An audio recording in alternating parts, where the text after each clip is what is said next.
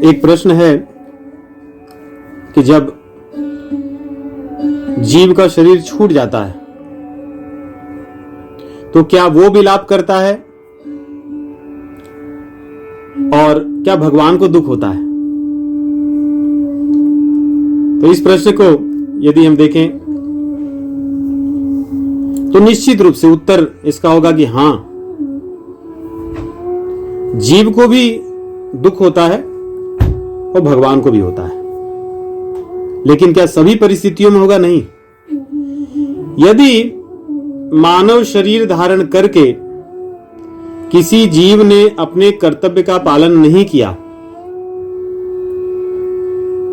तो शरीर छूटने के बाद उसको बहुत दुख होता है। दुख ही नहीं, बहुत दुख होता है। और भगवान को भी होता है। भगवान को तो सदैव होता है, क्योंकि वे हमारे पिता हैं, हमारे माता हैं। माता रामो मत पिता रामचंद्रः, स्वामी रामो मत सखा रामचंद्रः, सर्वस्व में रामचंद्रो दयालुर्नान्यम जाने नैव जाने न जाने। हमारे मित्र भी हैं वो, हमारे सब कुछ हैं। तो यदि जीव को हो सकता है ज्ञानता बस उसको न दुख हो, वैसे ऐसा होता नहीं, होता ही है, परंतु भगवान को तो होता ही है। इसलिए ऐसे भी हमारे संत आचार्य कहते हैं कि यदि कोई जीवात्मा मानव शरीर धारण करने के बाद सत्संग की ओर जब मुड़ जाता है तो भगवत धाम में आनंद उत्सव होता है कि एक जीव और अपने कर्तव्य को पहचान कर उस मार्ग पर चला है, यहां जल्दी ही आएगा, अब यहां लौट आएगा, क्योंकि मेरे सन्मुख हो गया है। इसलिए यदि कोई भगवान के सम्मुख हुए बिना ही शरीर छोड़ दे, भोग विलास में ही जीवन को बिता दे, तो भगवान को तो दुख होता ही है, क्योंकि वो पिता है, हमारे माता हैं, ये हमारे अपने हितैषी हैं। सुहृदम सर्वभूतानाम, भगवान कहते हैं मैं सभी का हितैषी, हमारे हितैषी हैं, इसलिए उन्हें दुख होता है। और जीव को स्वयं दुख होता है। ये कैसे पता? हमारे सभी शास्त्रों में लिखा है, सभी शास्त्रों में लिखा है। और दुख तो उसको छोड़ने पे होता ही है। दूसरी बार यदि भगवत कृपा से, सौभाग्य से उसको मानव शरीर फिर मिलने लगे, तब वो स्वयं कहता है। भागवत पुराण में वर्णन आता है कि जब जीव मां के गर्भ में रहता है तो फिर उसके विचार क्या होते हैं, वो क्या सोचता है। तो बहुत प्रसन्न भी होता है और दुखी भी होता है। प्रसन्न इसलिए होता है कि पिछली बार मैंने अवसर को छोड़ दिया था, इस बार ऐसा नहीं करूंगा, इस बार मैं हरि को नहीं भूलूंगा, उनके लिए सभी कर्म को करूंगा, उनके बताए हुए मार्ग पर चलूंगा, गुरुजनों का आश्रय लूंगा। इस बार मैं पशुओं की तरह खुले रूप से नहीं घूमूंगा, मैं स्वच्छंदता का आचरण न करके धर्माचरण करूंगा और भगवान का नाम जपूंगा। ऐसा भागवत पुराण में वर्णन आता है। ये सोचकर वो प्रसन्न होता है, लेकिन उसके मन में दुख भी होता है कि प्रभु जैसे मैं पिछली बार फंस गया था वैसे इस बार न फंसूं। पिछली बार मैं कैसे मोह के जाल में फंस करके, अहंकार के अधीन हो करके अपने कर्तव्य को छोड़ दिया था, ऐसा इस बार न हो। इस बात को लेकर उसके मन में दुख भी होता है, भय भी होता है। तो इस प्रकार यदि हम देखें तो जीव दुखी होता है जब शरीर छूटता है। उसको पता चलता है कि मैंने अपने कर्तव्य को नहीं पूरा किया, मेरा अवसर छूट गया। इसीलिए सब जगह कहते हैं, नहीं, सारे शास्त्रों में कहा है, मन पछितई हैं अवसर बीते। पश्चाताप तो करोगे, बिना पश्चाताप किए नहीं रह सकते, क्योंकि आप इन इंद्रियों के वशीभूत होने के कारण ऐसे आपके विचार हैं। हर आदमी अनुभव कर सकता है। जब आप प्रातः काल सुबह उठते हो, हमारे विचार कैसे रहते हैं? कुछ समय के लिए नहीं, कुछ समय के लिए सुबह उठते ही विचार कैसे रहते हैं, और जैसे ही थोड़ा समय बीतता है विचार कैसे बदलता है। हम तो हैं वही, कौन बदलता है? यही प्रभाव है बाहर की माया का। तो जैसे सो जाने पर सब चीजों की चिंता छूट जाती है और उसमें रहना चाहते हैं, एक तरह का आनंद मिलता है, उसमें से निकलना, वही समाधि है वास्तविक।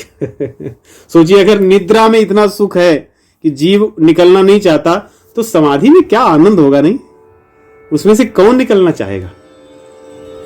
तो मैं कह रहा था कि जीव माया के कारण वो ढंक जाता है। जैसे कभी आदमी किसी चीज में खो जाए, जैसे कुछ लोग मूवी थिएटर वगैरह में जाएं, वहां घंटे, 1.5 घंटे, 2 घंटे जो भी है ऐसे लगे रहते हैं, और जब बाहर निकलते हैं तब लगता है अरे कहाँ आ गया, फिर से वही चीजों की आवाज, लोग, ये वो ऐसे करने लगते हैं। वैसे ही होता है जीव का, एक तरह से एक ऐसी चीजों में फंस जाता है कि उसमें निकला, जब उसमें से निकलता है, शरीर छूटता है, तो लगता है मैं कहाँ फंसा था, किसको, ये मेरे थे, दादा दादी मामा मामी, ये मेरे सब थे, इन्हीं के लिए मैं लड़ता रहा, इन्हीं के लिए ऐसा करता रहा, पत्नी पति बच्चे। तो वो देखता है वास्तव में, कह रही ये क्या हो रहा था, कहाँ मैं फंसा था, तो उसको शोक होता है। और यदि अच्छे कर्म किए रहते हैं तो प्रसन्नता से जाता, आनंद में जाता है कि चलो अच्छा हुआ, मैंने अपने काम पूरे कर लिए। तो इस प्रकार उसको अनुभूति होती है। एक प्रश्न है कि जब जीव यहां से शरीर छोड़ता है तो और लोग शोक करते हैं, तो वो क्या है? देखिए, जीव कोई भी हो, किसी भी प्रकार के शरीर में हो, किसी भी प्रकार के शरीर में, पशुओं में भी दुख होता है। उनके साथ के यदि कोई शरीर किसी का छूट जाए, ये भी शोक करते हैं। जैसे जैसी चेतना हमारी विकसित होती है, वैसे वैसे शोक बढ़ता है, क्योंकि समझ बढ़ती है। यदि पशुओं में आप गाय को देखें कभी, गाय को इसीलिए इतना पूजनीय है क्योंकि उनमें हम एक अलग भावना देखते हैं। तो आजकल लोग उसको एक जानवर की तरह मानते हैं, लेकिन चेतना गौ में बहुत अधिक विकसित होती है, भावनाएं। गौओं को आपके दुख से दुख होता है, आपकी खुशी से खुशी होती है, उनके अश्रु निकलते हैं। घर का कोई चले जाए तो उन्हें पीड़ा होती है, भले वो व्यक्त न कर पाए, आप उनकी आंखों में आंसू देख सकते हो, बहते हैं, निकलते हैं। और जब प्रसन्न होती है, उनकी प्रसन्नता भी उनकी उछल कूद से और उनकी बां बां की आवाज से निकलती है। तो दुख शोक तो होता ही है, शरीर छूटने पर शोक भी होता है सब में। अब शोक किस कारण से होता है, ये सबके अपने अपने अलग अलग है।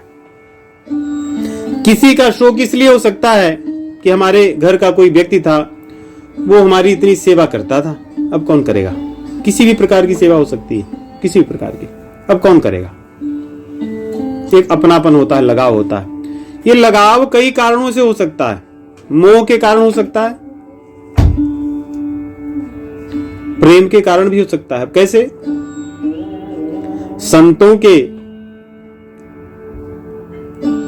संतों का जब तिरोभाव होता है तब भी तो हम रोते हैं, क्या हम प्रसन्न थोड़ी होते हैं? लेकिन है तो प्रसन्नता की बात, क्योंकि जब उनका तिरोभाव होता है तो भगवत धाम में उनका गमन होता है, या किसी अन्य स्थान पर भगवत सेवा के लिए उनका गमन होता है, क्योंकि आए थे और वो चले गए, किसी प्रयोजन से बंधे नहीं थे।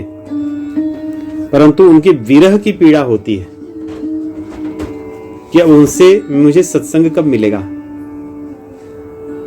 उसकी पीड़ा होती है। उस पीड़ा में हम अपनी भावनाओं को व्यक्त करते हैं।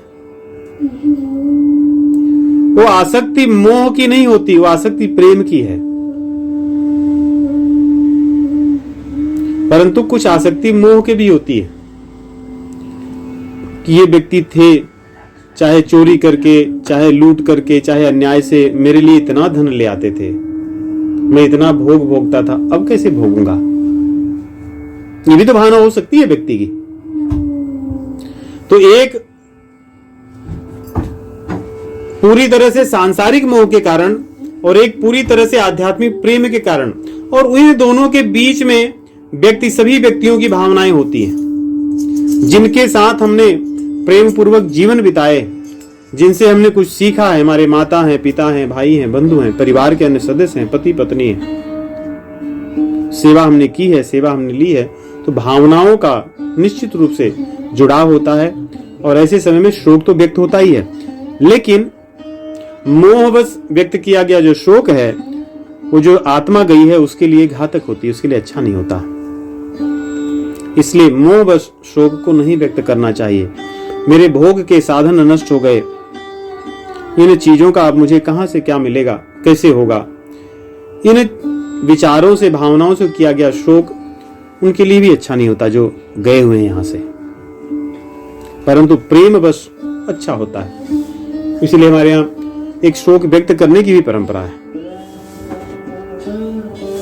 नहीं, हम शोक भी व्यक्त करते हैं और सब जगह पूरे मानव समाज में है, कोई कहीं भी हो, शोक व्यक्त किया जाता है।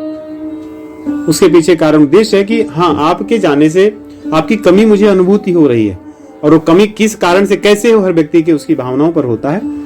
परंतु मोहवश रोने के कारण, मोहवश शोक के कारण दिवंगत आत्मा के लिए जो समय होता है वो कष्ट में होता है।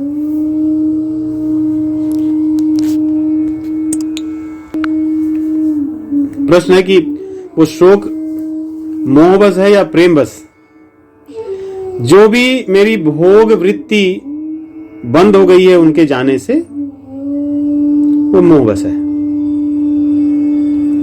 मेरे किसी आनंद के जो अवसर थे, आनंद अर्थात आध्यात्मिक आनंद के, उनके जाने से बाधित हुए हैं, वो प्रेमवश है, वो कृतज्ञता का भाव से है। नहीं, कृतज्ञता भी तो होनी चाहिए। नहीं, कोई व्यक्ति आपके जीवन में इतनी आपकी सेवा किए हो, उनके चले जाने पे आप ऐसे ही निष्क्रिय ठूठ की तरह रहो, ये तो उद्दंडता है, ये तो कृतज्ञता है। यदि हमारे जीवन में किसी ने इतना बड़ा या किसी भी प्रकार का योगदान किया हो, उसके जाने पर वेदना तो हमें होगी ही ना। अब भोगियों के लिए भोग की होगी, योगियों के लिए योग की होगी। तो हमारा जैसा संबंध है उसके अनुसार होगा।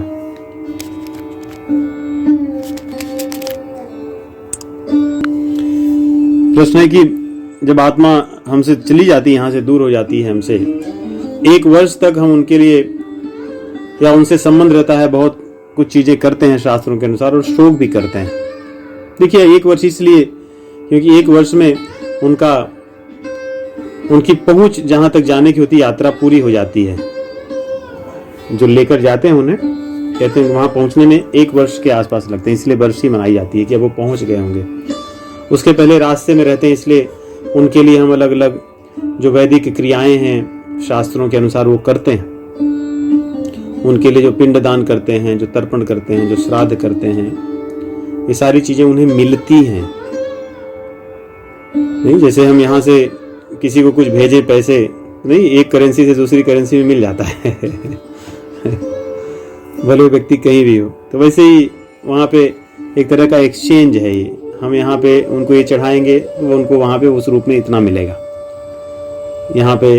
तो इसलिए तो संबंध तो हमारे उनके साथ रहते हैं, तो वो क्रियाएं हमें करनी चाहिए और उनके मंगल की कामना करनी चाहिए, उनके सद्गति की कामना करनी चाहिए। एक दूसरा, 1 वर्ष के बाद भी संबंध तो रहते ही, इसलिए हम तो पितरों के लिए तर्पण करते हैं ना। पितरों के लिए जो श्राद्ध होता है वो 3 पीढ़ी तक तो वैसे ही होता है, 3 पीढ़ी। उसके बाद के लिए भी, उसके बाद के भी 4 पीढ़ियों के लिए अलग तरह का होता है तर्पण। तो इस प्रकार कुल मिला के 3 और 4 7 पीढ़ियों तक पितरों का तो तर्पण हम करते ही हैं, तो संबंध तो रहता है। और ये क्रिया हमारे सनातन धर्म की ऐसी है कि कहते हैं कि इसको कभी नहीं छोड़ना चाहिए, श्राद्ध अवश्य करना चाहिए। जैसे हो सकता है कि हमारे पितर, उनको आवश्यकता न हो, अगर किसी के घर के श्रेष्ठ योगी हैं, भक्त हैं, भगवत भजनानंदी हैं, तो उनको आवश्यकता नहीं है इस श्राद्ध की, फिर भी इसका मतलब नहीं छोड़ दें। शास्त्रों में आया है, भागवत पुराण में भी आया है कि भगवत मार्ग में आप लग जाएंगे तो फिर आपके आगे पीछे की पीढ़ियां सब तर जाती हैं।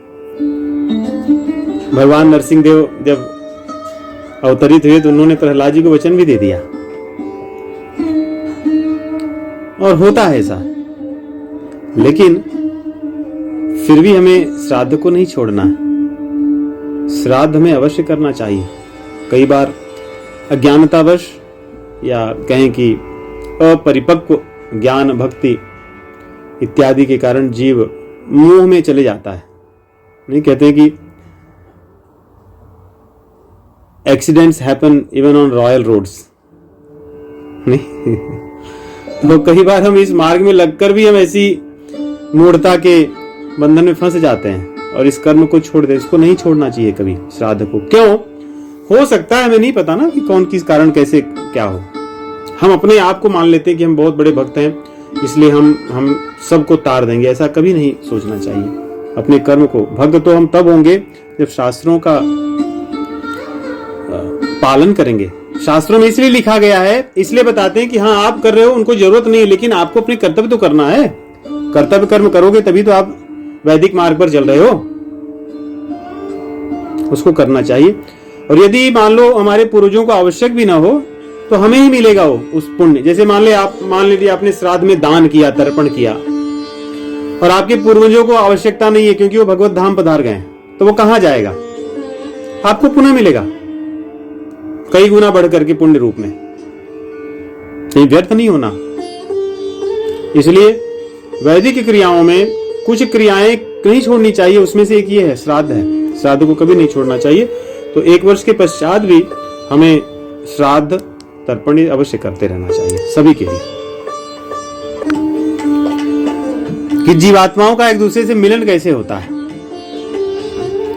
शास्त्रों में तो ऐसा वर्णन है कि जैसे मान लीजिए समुद्र है या नदी है, नदी में लकड़ी के टुकड़ों को आप डाल दीजिए, टूटी हुई जैसे लकड़ी है, लकड़ी के खंड को आप डाल दीजिए। ये एक खंड दूसरे खंड से कब मिलते हैं और कितने समय के मिलते हैं, उसके बाद फिर इनका वियोग हो जाता है। नहीं, नदी बह रही है, मिले, पास में आए और फिर चले गए, फिर क्या संभावना है कि यही फिर से मिलेंगे? ऐसे ही संबंध मिलते हैं संसार में। कौन किस कर्म बस किसके यहां जन्मा, किसकी सेवा की, फिर अगले जन्म में क्या वही वो मिलना है या किसी और के यहां अपने कर्म के अनुसार मिलेगा, ये किसको पता है? तो फिर शोक क्यों करना, किससे ले करना? रेलगाड़ी में यात्रा करते समय कौन कब चढ़ा, फिर कितने समय साथ में था, उतर गया, फिर दोबारा वो कब कहां मिलेगा, इसकी क्या संभावना है? हो सकता है उसी रेल में, हो सकता है क्या उसी डिब्बे में बैठेगा, उसी कोच में बैठेगा, और अगर उसी कोच में भी है तो क्या मेरे पास आकर बैठेगा? क्या संभावना है? तो वैसे ही हो सकता है बार बार संसार में आएंगे जाएंगे, क्या मेरे साथ ही मिलन होगा उनका? नहीं पता। ये तो अपने कर्म निर्धारित करते हैं, और कर्मों की माथापच्ची इतनी कठिन है, इनको समझना सामान्य मनुष्य के लिए तो असंभव है। कौन किसके यहाँ क्यों क्या बनकर जन्मा है, कौन किसको क्यों दुख सुख पहुंचा रहा है, ये मानव की बुद्धि के परे है। लेकिन है सब कि जिसने जैसा किया है उसको वही वैसे ही जन्म मिलता है, उसको वैसी परिस्थितियां मिलती है। ऐसा एक प्रश्न है कि जैसे पहले जो व्यवस्था थी कि 10वां दिन होता है, उसके बाद 13 होता है, 16 होते हैं, और प्रत्येक माह होता है, 6 महीना होता है, और उसके बाद में 1 वर्ष पूरा होता है। समय समय पर सभी क्रियाएं करते हैं। परंतु आजकल तो लोगों ने, कुछ लोग एक साथ ही बहुत सी चीजें कर देते हैं। ये उतना उचित तो नहीं है, परंतु न करने से तो अच्छा है। देखिए, ये चीजें इसलिए थी कि यहां से जब व्यक्ति जाता है, तुम्हारे शास्त्रों में आता है कि उसके जाने के मार्ग होते हैं। उस मार्ग से जब उसको ले जाया जाता है तो रास्ते में अलग अलग स्थानक आते हैं, सबके नाम हैं, अलग अलग नगर आते हैं। उन नगरों में उसकी उस हिसाब से उसको वस्तुएं मिलती हैं। कहीं बहुत अधिक वर्षा का समय होता है, वहां बहुत बरसात होती है। कहीं बहुत अधिक गर्मी होती है, कहीं आग के गोले बरसते हैं, कहीं पर लोग भालों से प्रहार करते हैं, कहीं सड़ी हुई वस्तुओं से भरी हुई नदियां होती हैं, वहां से होकर जाता है। तो जरूरी नहीं कि हर व्यक्ति यहां पर जाकर वही कष्ट सहेगा। जैसे कोई आग के बरसने वाले अगर स्थान है वहां सर होकर जाएगा, अगर किसी के पास वैसा कोई आवरण नहीं है जिससे वो अपनी रक्षा कर सके तो उसके ऊपर आग के गोले ही बरसेंगे। लेकिन किस पे बरसते हैं? यातना शरीर पे। कभी कभी लगता है ना कि अरे शरीर तो यही छूट गया तो वहां किस पे बरसते हैं, उसके लिए अलग शरीर दी जाती है उस शरीर पे बरसता है।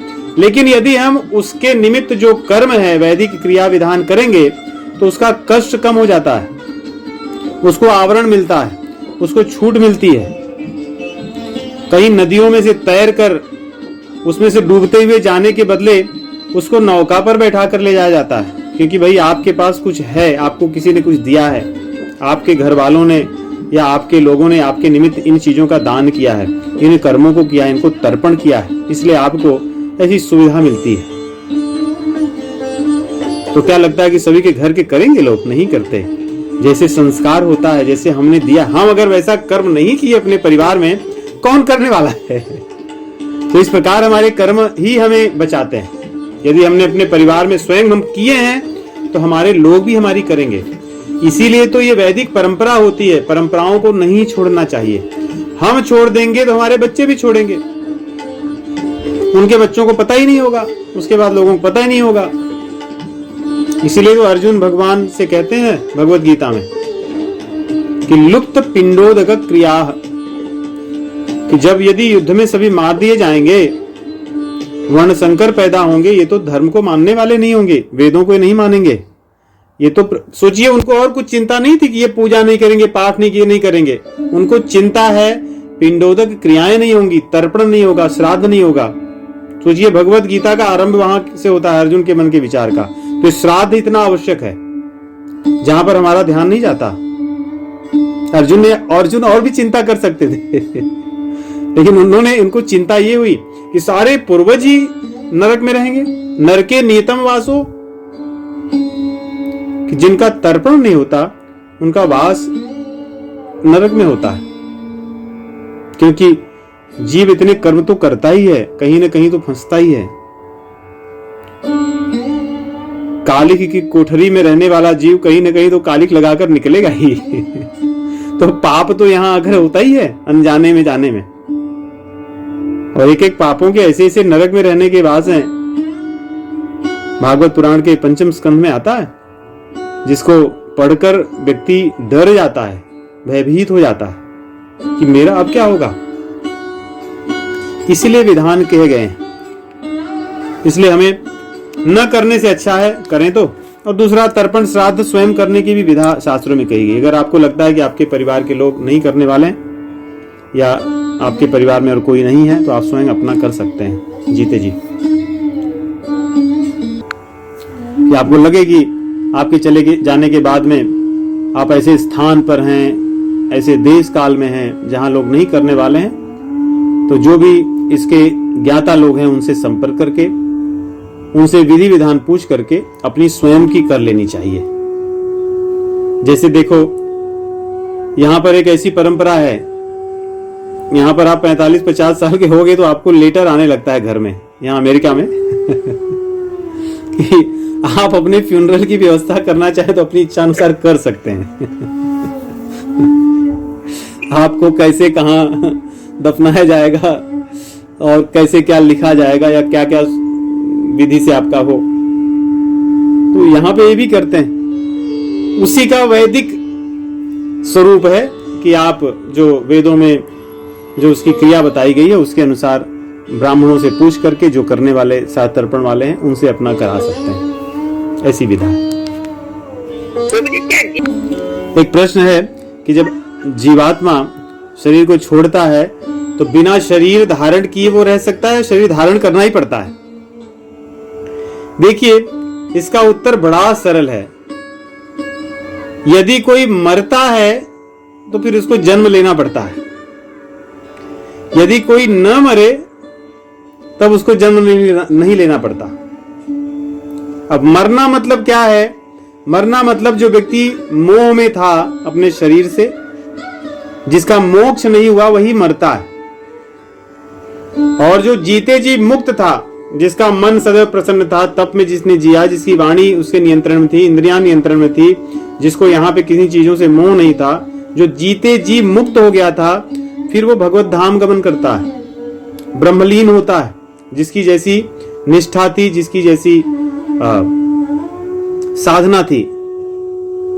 जो भक्त होते हैं भगवत धाम गमन करते हैं, जो योगी हैं ब्रह्मलीन होते हैं, ज्ञानी ब्रह्मलीन होते हैं।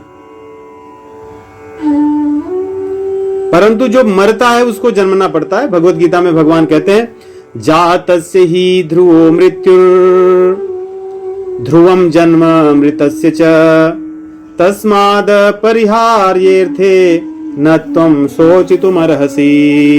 अगर कोई मर गया तो जी फिर से उसको ध्रुव है, मतलब निश्चित है, बिना जन्मे वो रह ही नहीं सकता। और जो जन्म ले लिया है तो बिना मरे वो नहीं रह सकता।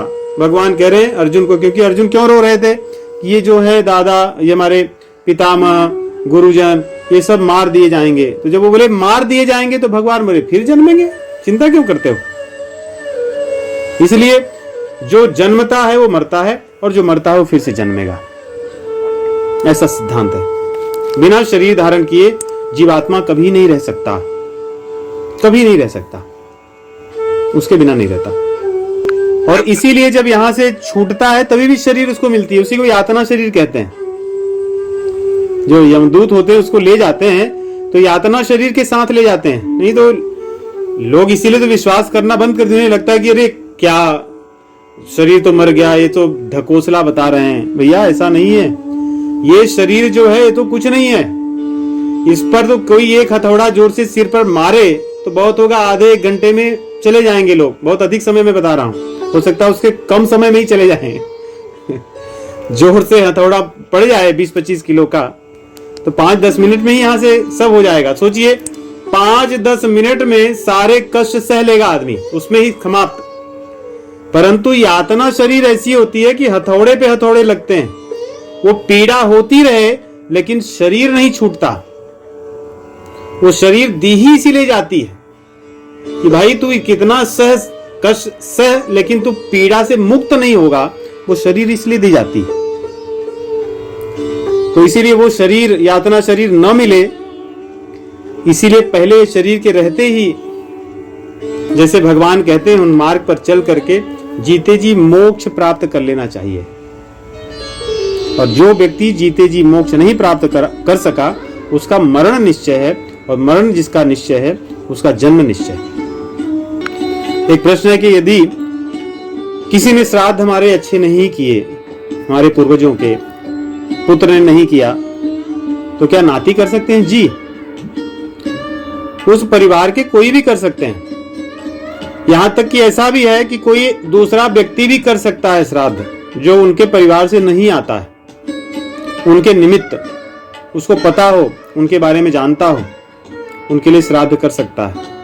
ये इतना महत्वपूर्ण है कि इसमें बहुत सी छूट है कि आप किसी और के लिए भी कर सकते हो।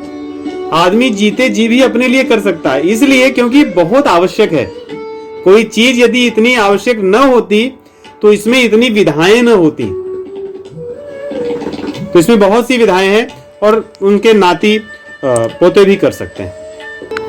एक प्रश्न है कि यदि किसी का संस्कार ही बड़े ही अलग तरह का हो